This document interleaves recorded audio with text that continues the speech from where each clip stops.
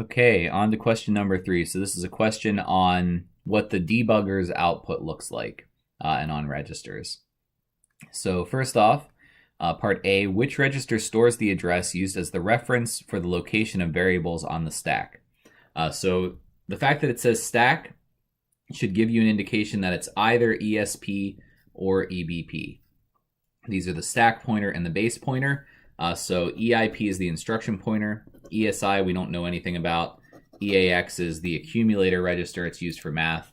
And we don't really know that much about that variable, or that register. So our options are EBP or ESP. I think this would at least get you half credit as long as you knew that. And then the address or the register that we usually use as a reference for the location of variables is EBP. ESP is just the top of the stack. That usually gets used to reference parameters or arguments for function calls, but EBP is used for local variables. Okay, part B. What is the next language, or what is the assembly language of the next instruction to be executed? So here we can see that in the output it gives us IR, EIP, ESP, EBP, which is going to tell us what the current values of EIP, ESP, and EBP are. So we just have to look at what the value is for EIP right here. That value for EIP is 80483A9, which we should remember looks like a text segment address, right? Because it starts with 80483, something like that, not starting with BFFF, which is a stack address.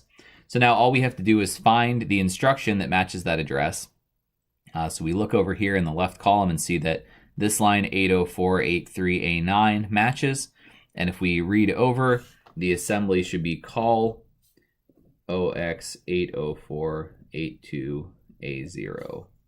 And if you want, you can write printf at PLT there, which we don't have to know what that means, but it's calling printf, right? So that's the assembly language. Keep in mind that what is stored in EIP is the next instruction that will be executed. So that hasn't already been executed. Don't move to the next instruction and claim that that's what EIP is doing. EIP is exactly the instruction that will be executed next. Okay, part C. This is a little bit of a tricky one because the compiler changes things compared to what we might expect. So we say instructions 8048399 through 80483A9 correspond to an if and a printf. Complete the C code below. So we're trying to see what's printing. We can actually see at the top here that it's showing us what the printf is. We're not expecting you to figure out what an address is for a printf, so if we ask you what's being printed, there's probably some text on the screen somewhere. So it's printing semper fi /n, and that's just finding the printf in the listed C code, copying that down. Now we just have to know what the condition was. We can see here that it says JNE. So if you remember from your assembly code instructions, JNE is jump not equal. But we have to kind of look at the code and see that given what our C code looks like here, we're saying if year something 1775 printf. So we do a comparison here against the number. We can probably assume that that number is 1775. And then we jump to main plus 58 if it's not equal. Main plus 58 is down here at the leave.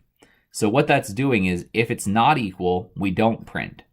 So if we want to figure out what's happening when we do print, if it's not equal, it doesn't print. So we have to know that if it is equal, we print semper fi.